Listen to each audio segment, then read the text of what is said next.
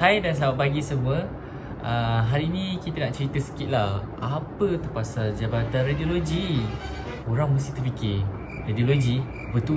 Okay, so kita akan cerita sikit pasal apa yang ada dalam Jabatan Radiologi. See you.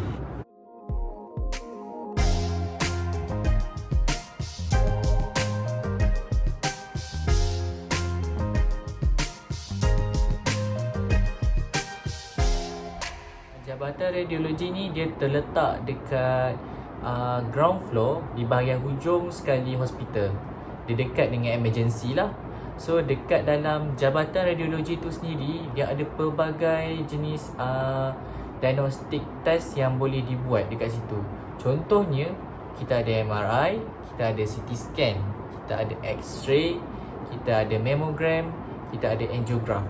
So 5 benda yang kita akan bincang ni adalah benda yang common berlaku dekat dalam hospital. Apa itu angiogram? Angiogram adalah satu prosedur pengkateteran jantung bagi mendapatkan visual arteri koronari, di mana arteri koronari adalah merupakan saluran darah yang membekalkan darah ke jantung.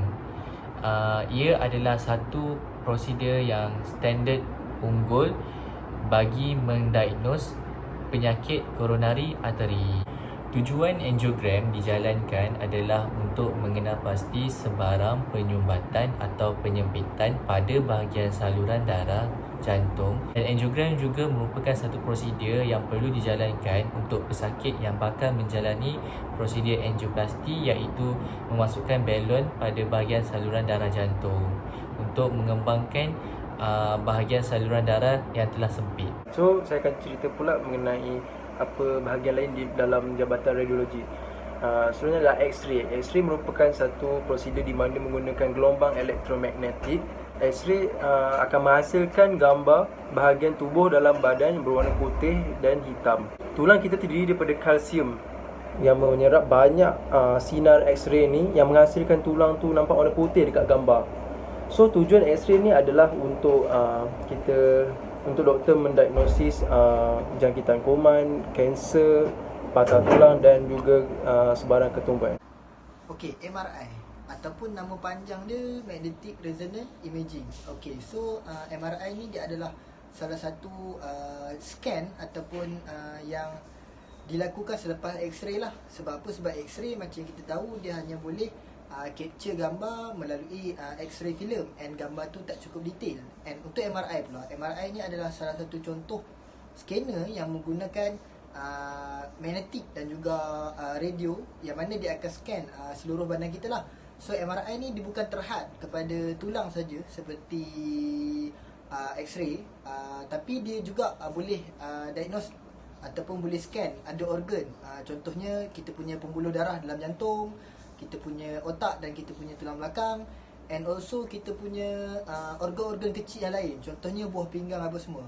Sebab kita menggunakan teknik magnetik dan juga radio, so dia akan boleh pergi lagi detail and lagi dalam. So based on experience saya lah, buat MRI ni untuk orang yang ada allergic macam saya, dia akan diperuntukkan satu ubat allergic lah yang perlu dimakan. So ubat tu perlu dimakan sebanyak 9 biji, sebanyak 8 biji pada malam sebelum melakukan MRI dan juga pada pagi sebelum melakukan MRI. Jadi based on pengalaman saya, sepanjang saya buat untuk dua-dua belah lutut saya, mengambil masa selama sejam 15 minit untuk complete MRI kedua-dua belah lutut saya. So tu je lah perkongsian saya berkenaan MRI. Saya akan teruskan berkaitan dengan CT scan. CT scan ni antara test yang ada dalam Jabatan Radiografi. So first, apa itu CT scan? Nama lain CT scan atau benda panjang dia computerized tomography. So kita buat CT scan ni after kita buat X-ray, kita nak tengok berkaitan dengan lebih detail. Kita boleh nampak tisu dia, nampak tulang, nampak saluran darah dekat bahagian, contoh bahagian bahu kan, bahagian dada, bahagian kepala, bahagian perut. So kita boleh tengok detail berkaitan dengan tempat yang kita nak inspect tu lah, kita nak tengok. So kenapa kita buat? Sebab kita nak tengok maybe pesakit tu dah ada jangkitan kuman, dia ada kanser, dia ada blok dekat saluran darah, dia ada pernah cedera apa-apa. So kita akan doktor akan order untuk buat CT scan. So next, macam mana nak buat CT scan ni? So first, pesakit wajib berpuasa 5 hingga 6 jam sehari. So kita risau bila dia makan dia kacau CT scan tu. So dia kena minum kontras. Kontras kita boleh minum ataupun inject ataupun masuk ikut rectum lah, dekat bahagian dubur kan.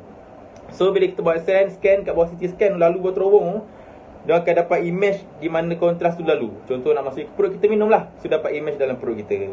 Okay, tak banyak. So yang penting after buat CT scan, make sure minum air banyak dan sekejap je benda dalam, tak sampai setengah jam. Pada hari ini saya akan membincangkan tentang mammogram. So apakah mammogram ini? Mammogram ini adalah X-ray picture of the breast. So kegunaan dia adalah untuk mengenal pasti tanda-tanda awal kanser payudara udara.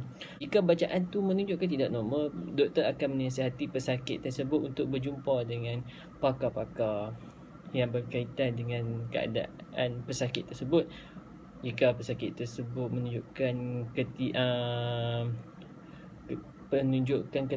perbezaan yang ketara sangat dalam bacaan tu, so doktor akan menasihati pesakit tersebut untuk merujuk kepada pakar-pakar lah ataupun surgeon untuk menerima rawatan seterusnya.